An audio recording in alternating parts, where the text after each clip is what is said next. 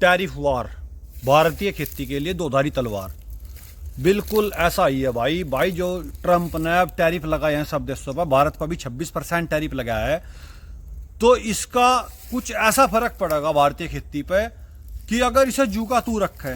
नहीं तो पहले क्या हो रहा था, पहले अमेरिका की तरफ तो लग रहा था 5.3% टैरिफ, और भारत की तरफ से लग रहा था 37.7% टैरिफ औसतन। अब हम शुरू से बात करते हैं, टैरिफ है क्या सुद्धा। टैरिफ है जैसे कोई देश अपने हमारे देश में अपना कोई सामान बेचना होगा तो उस पर टैक्स जो है, जो जिससे सरकार की भी आमदनी होगी, वही टैरिफ है। अब हो क्या रहा था, जैसे सपोज करें अब ये 26% टैरिफ लगाया, इसका फर्क क्या पड़ेगा। भारत जैसे निर्यात करता है मेनली चावल अमेरिका को, बासमती और नॉन बासमती दोनों।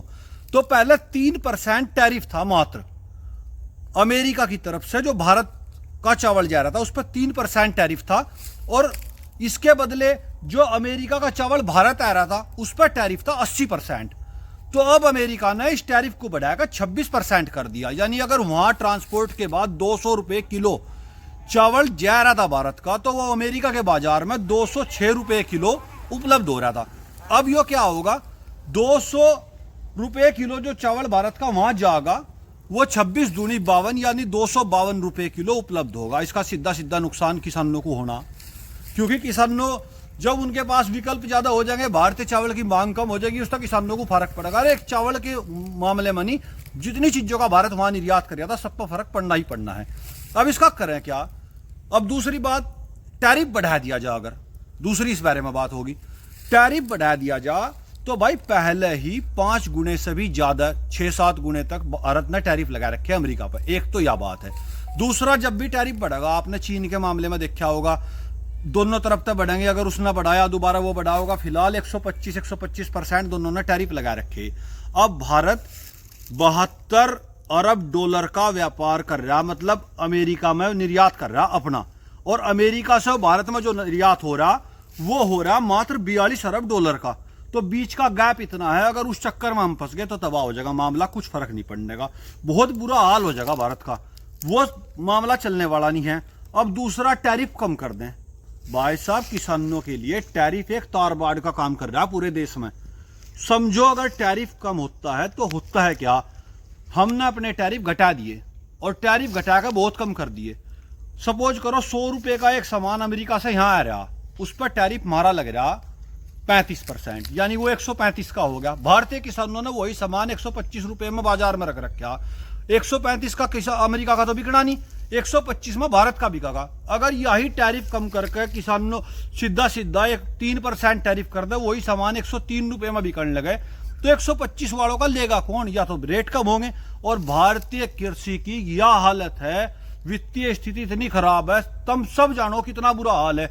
जो हिमाचल का सेब लगातार किसान उगा रहे, जहां अमेरिका का सेब आया उसका सेब साइज कलर सब अब भारत वाले तो 21 है।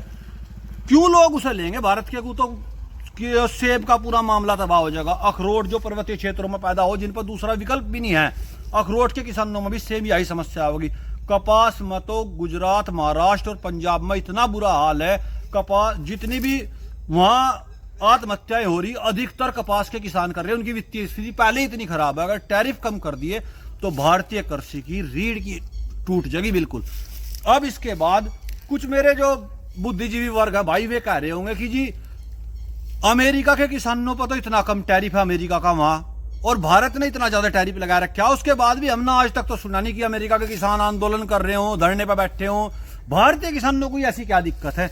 तो भाई इसके बीच का मुख्य कारण जो तुम्हें जानना चाहिए वो है दोनों की सब्सिडी में अंतर। भारत में जो सब्सिडी मिलती है किसान सम्मान निधि के रूप में, वह है 16 रुपए 66 पैसे प्रति दिन, यानी 2000 रुपए मिले, 500 रुपए मिले महीने के, जो 2000 रुपए थारे पाव हैं।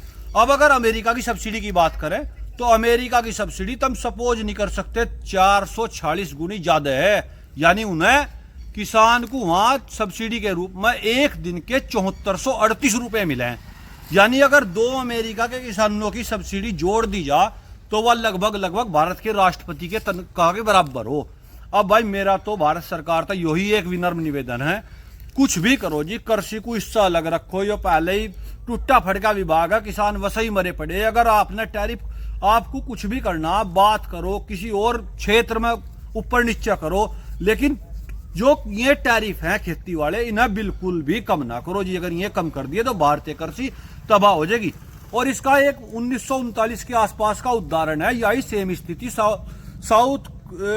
साउथ कोरिया में बन गई थी। उस टाइम वहां चावल, घरेलू चावल था, वो महंगा था, और जो बाहर से चावल आ रहा था वो बहुत मंदा था। लेकिन वहां की सरकार ने इस पर ठोस कदम उठाए, 500% टैरिफ बढ़ा दिया था, बाहर के चावल को बंद कर दिया। कुछ दिनों में स्थिति सामान्य होगी और आज भी साउथ कोरिया में खेती जो है अव्वल दर्जे।